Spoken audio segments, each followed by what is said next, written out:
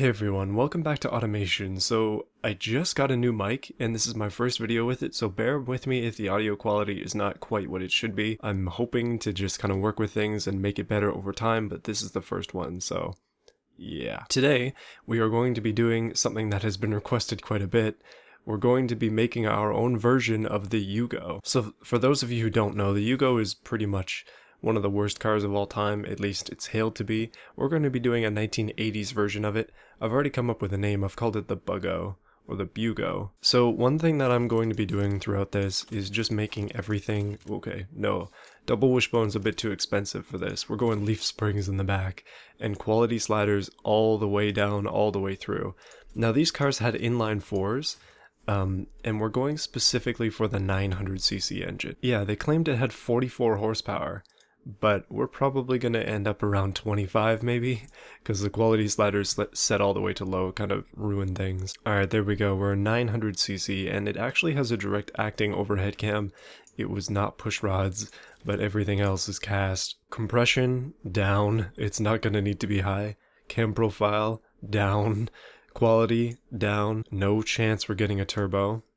Carburetor, single barrel, single carburetor. Standard intake, and leaded fuel, just for you. And of course we're going no mufflers. Well, this is becoming a lot more Comma Turismo-esque as we're currently at 3 horsepower. Oh no, this is not gonna go well. Alright, because we don't care about fuel economy, even though it is an i4, we're gonna raise this up, and we will also compensate by lowering the compression.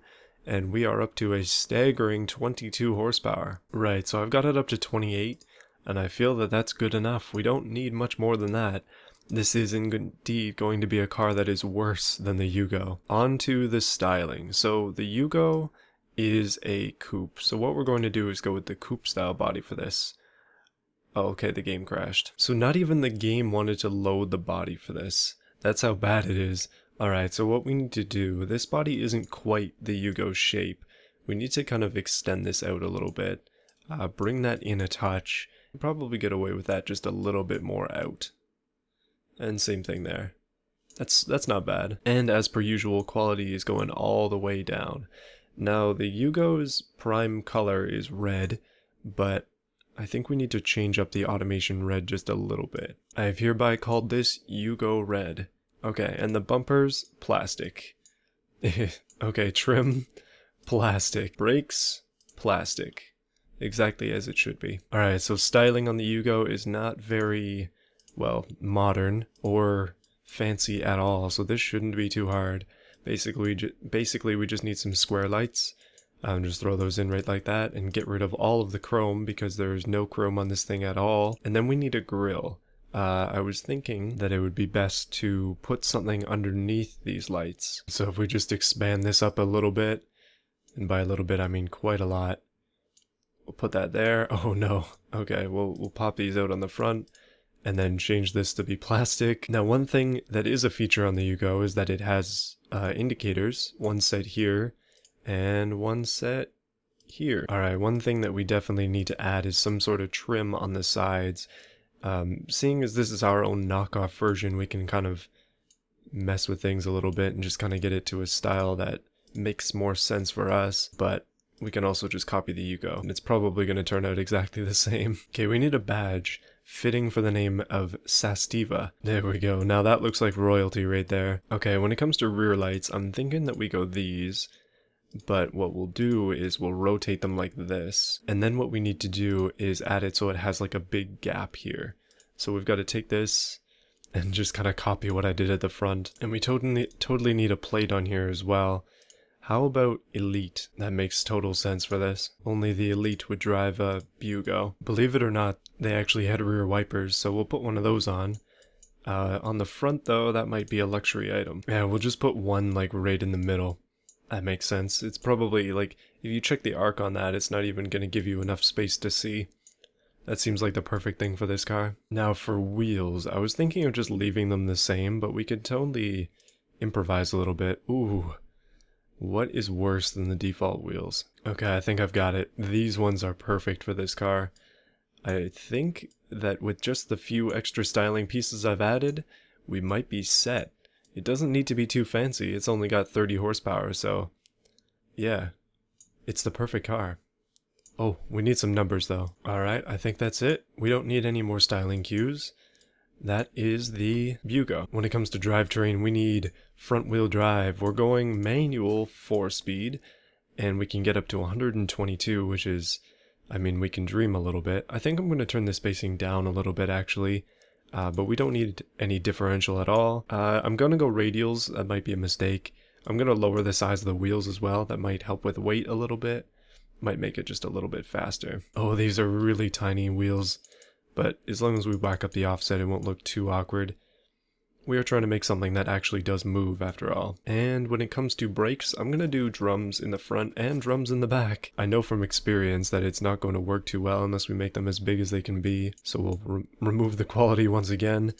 No downforce, low quality.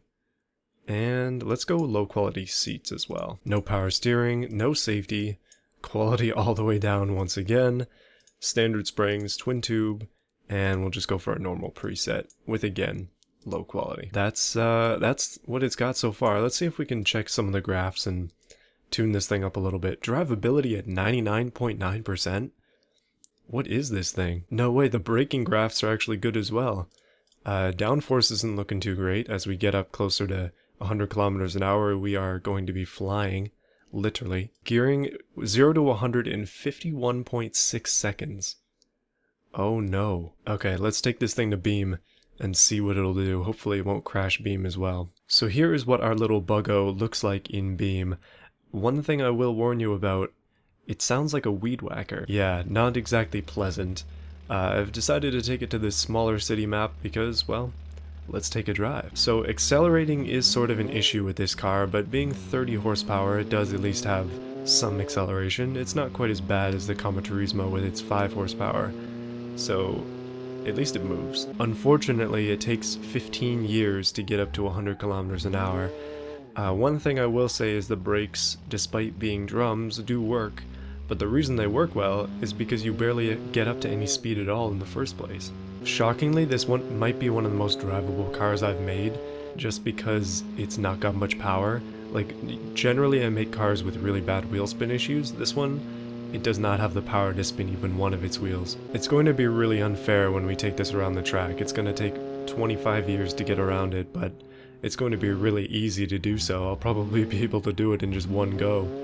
Usually takes at least 3. Oh, one thing I totally should have done with this car was put a hitch on it.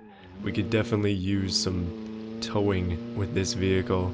We'll have to see if it makes it to the next Autoflux games or not. That'll be interesting. Alright, we're going through the neighborhood at a crisp 75 kilometers an hour. It kind of looks like we're running.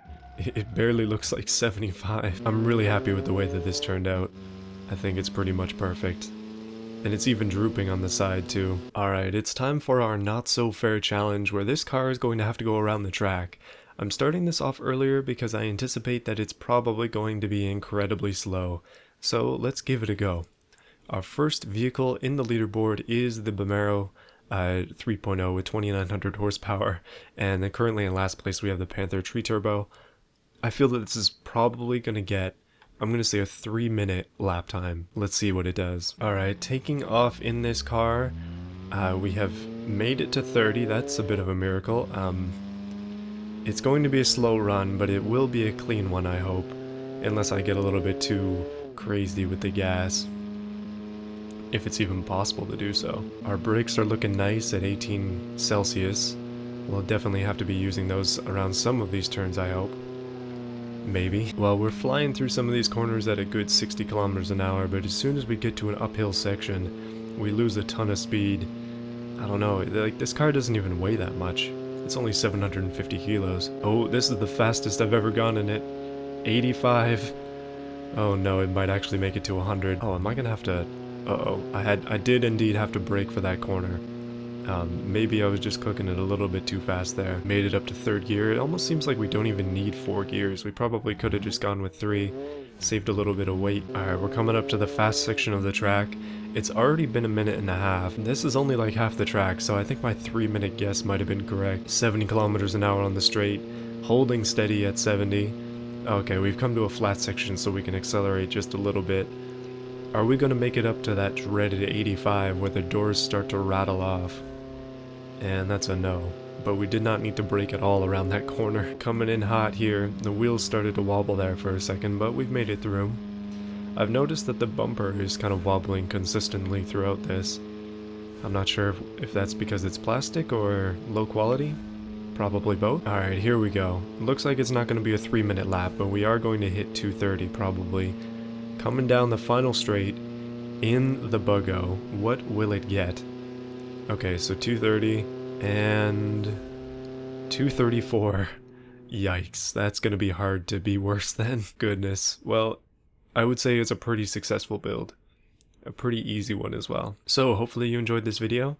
Let me know what you think of the new microphone and the new audio. I'm trying to fix that S issue, and this seems to be the only way to do it. The other ways of editing the Audacity files was not working out for me, so yeah, I went ahead and upgraded from a Guitar Hero mic to this.